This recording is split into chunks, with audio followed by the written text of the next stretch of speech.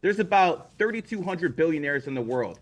I know 90 of them because I give them readings in numerology. People much more successful, people much richer than That you, is and time. people who have actual power in you believe in this stuff. So you're actually a peasant. It doesn't really matter what you believe.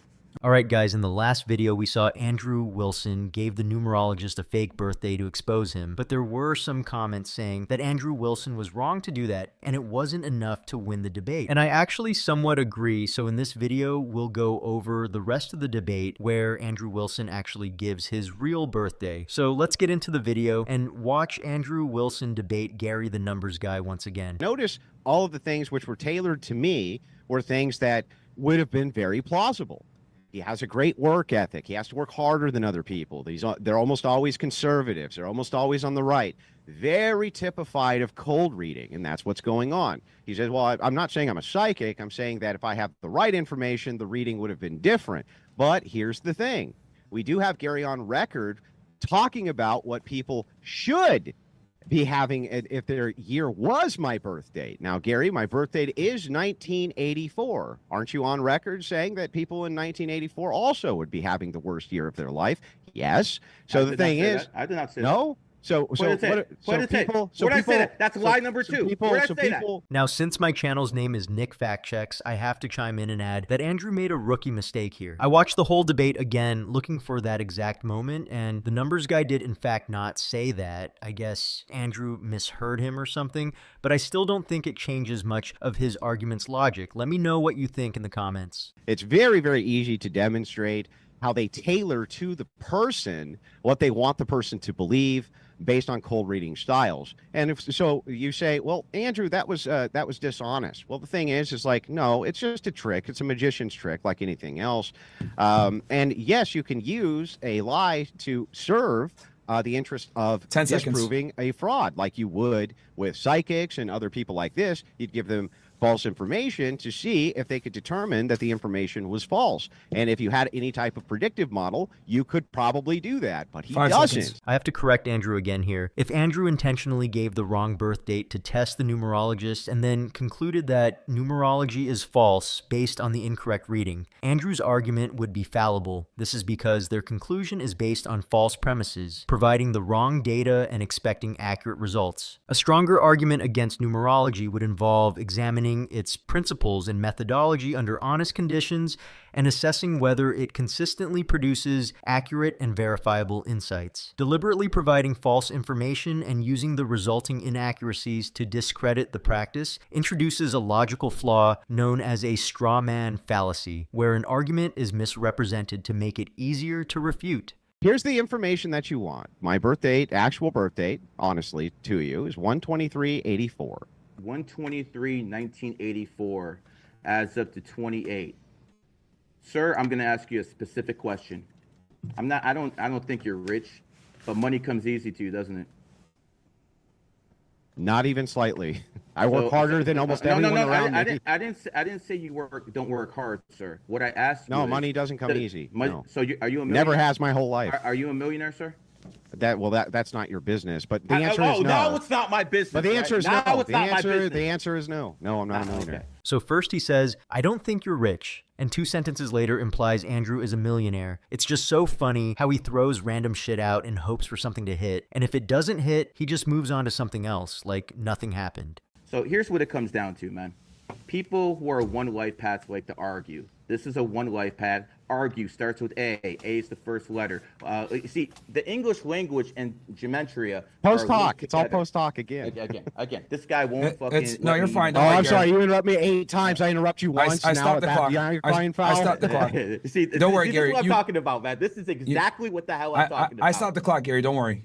You still got like a little over a full minute. So people who are ones tend to be extremely argumentative. People who are ones have that debating mental style. So it makes sense why he likes to debate. He likes to run his mouth and things like that. Attorney, first vowel A. Lawyer, first vowel A. What do? They argue the law A. So people who are ones are extremely argumentative. And another thing about this man over here, he learns things the hard way. He learns things the hard way. And if I'm willing to bet, you've had some trouble probably with alcohol, sir. I'm willing to bet a lot of money on that, bro. You've had some trouble with alcohol. You've had some trouble with women in your past because you're born on the 23rd. And by the way, I'm going to make this one more point. There's about 3,200 billionaires in the world. I know 90 of them because I given them readings in numerology. People much more successful, people much richer than you, and people who have actual power in you believe in this stuff. So you're actually a peasant. It doesn't really matter what you believe. Remember, I said it would come down to personal insults, spurging, after you lied, and a bunch of post hoc or justifications. Right? Guys still can't control themselves. So the thing is like.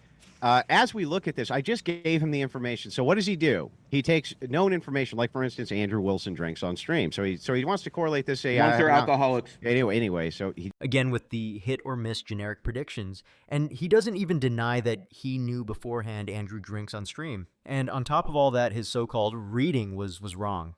You can't make this shit up. I've never had problems with alcohol. I've never had to go to like some AA meeting, nothing like that. Never had a single issue. I do enjoy having a drink, but I'm most certainly not an alcoholic and never have been, though I do like to occasionally have a drink on stream.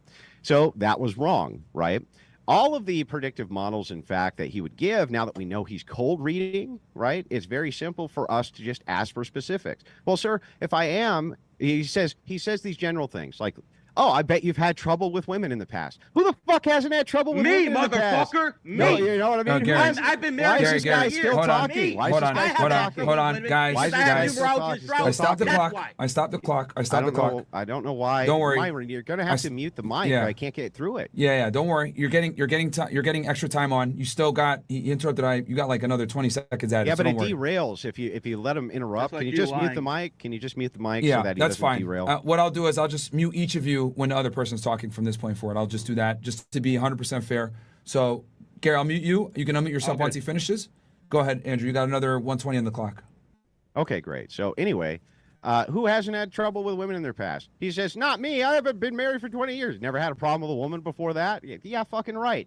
Every man everywhere has had trouble with a woman at some point, right? And when he says that, even that's not specific. What woman? In what context? Where? Was it a girlfriend? Was it my mom? Was it my sister? Was it my cousin's niece? Who the fuck was this woman? I don't know. I just vaguely think you might have had some trouble with a woman in your past. Well, no fucking shit, Sherlock. That's a great job, Detective Dipshit. Yes, every human being, every man on planet Earth has had trouble with a woman in their past.